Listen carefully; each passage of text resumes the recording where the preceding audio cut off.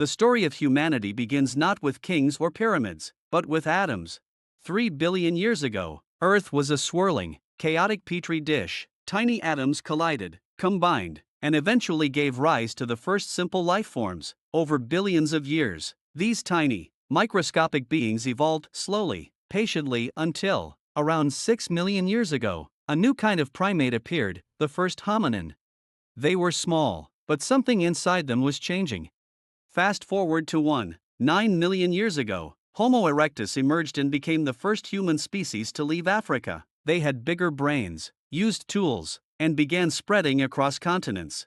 Then, 400,000 years ago, the Neanderthals appeared, thick-boned and resilient. They thrived in cold European climates. Their faces were strikingly human, and for a while, they shared this world with us. But then came Homo sapiens, us, the last and only surviving species of our genus. But how did we come to dominate this earth? The answer begins in a place called Mesopotamia. Around 4000 BCE, in the Sumerian city of Ur, something extraordinary happened. Instead of hunting or foraging, people learned how to grow food: wheat, barley, cereal grains that could be harvested, stored, and processed. They invented the hand mill, 2 stones used to grind grain into flour. It was backbreaking work, but it was revolutionary. This was the dawn of agriculture. No longer did humans need to wander, they could build cities. But this transformation came at a cost. Our bodies changed. Average male height dropped from 5 feet 9 inches to 5 feet 3 inches. Women, too, became smaller. We weren't athletic nomads anymore. We were farmers, small, tired, and landlocked. By 3000 BCE, Ur was thriving, but political tides shift. Enter King Gilgamesh, a Sumerian hero whose name echoes through legend. His reign marked a golden age, but eventually, Sumer fell to the Akkadians. Sargon the Great rose to power, uniting Mesopotamia into one of the world's first empires. While this was unfolding, on the banks of the Indus River in what is now Pakistan, another civilization was rising. The Indus Valley civilization, from 3300 to 1300 BCE, astonished the world with its plumbing. Homes had toilets, connected to an underground sewage system that carried waste out of the city. They prioritized hygiene thousands of years ahead of their time. Meanwhile, Egypt was busy building for eternity.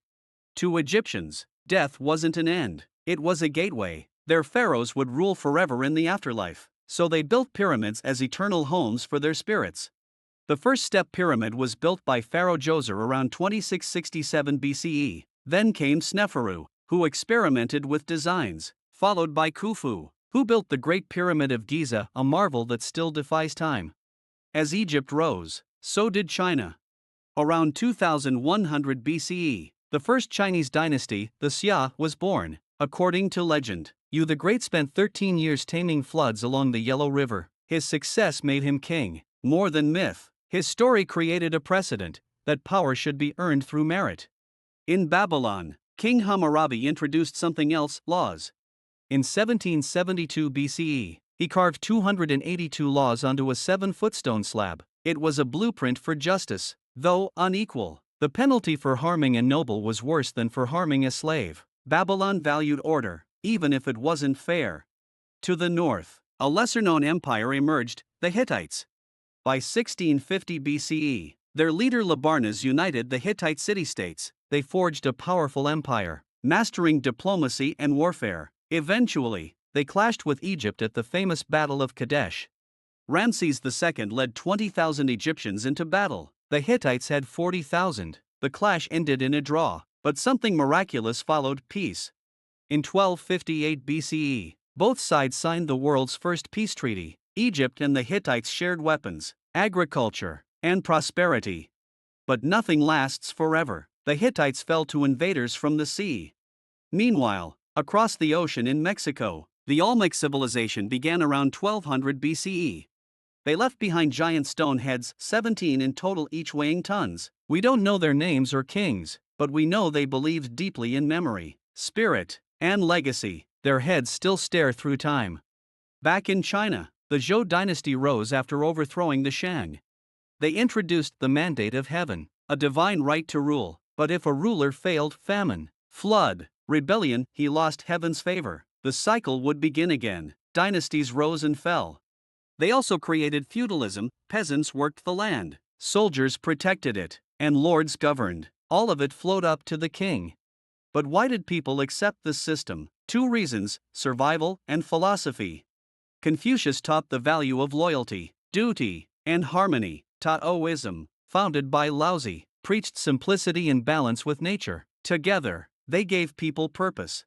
In Greece, around 800 BCE, the land was poor for farming, so Greeks looked outward. Colonies spread across the Mediterranean, including one small town named Rome. Legend says twin brothers Romulus and Remus, raised by a wolf, fought to name their city. Romulus won, and Rome was born. Back in Persia, a boy named Cyrus the Great defied fate. His grandfather tried to kill him. He survived, grew into a warrior, and conquered the Medes, then Babylon, then parts of India. Cyrus ruled a vast empire built on tolerance and strategy. And when he died, the torch passed to Darius the Great, who expanded even further. At the same time, two great Greek cities emerged, Sparta and Athens. Sparta trained warriors from birth. Strength was everything. Weak babies were discarded. Boys were soldiers by 7. Brutality was law. Athens, meanwhile, chose a different path: art, philosophy, and eventually, democracy. And so began the eternal dance between war and wisdom. This is our story, from atoms in a chaotic sea to empires of stone and thought. Humanity began as wanderers, but through fire, floods, war, and wonder we became builders.